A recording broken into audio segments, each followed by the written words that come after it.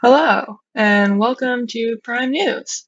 So, we have it so you can go just from without logging in. You can post an article, you can add title, URL, description, and then when you post that, it will go into the Prime News. From there, you can show and add comments.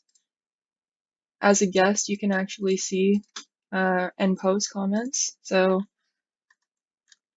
in model, it's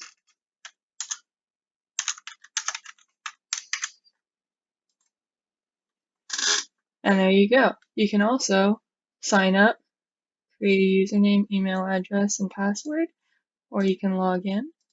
I'm going to log in with my own user. I don't know if that's my password. I'm going to use the tester one because that's what I know what the password is.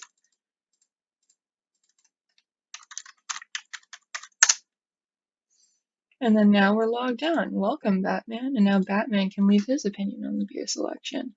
So, and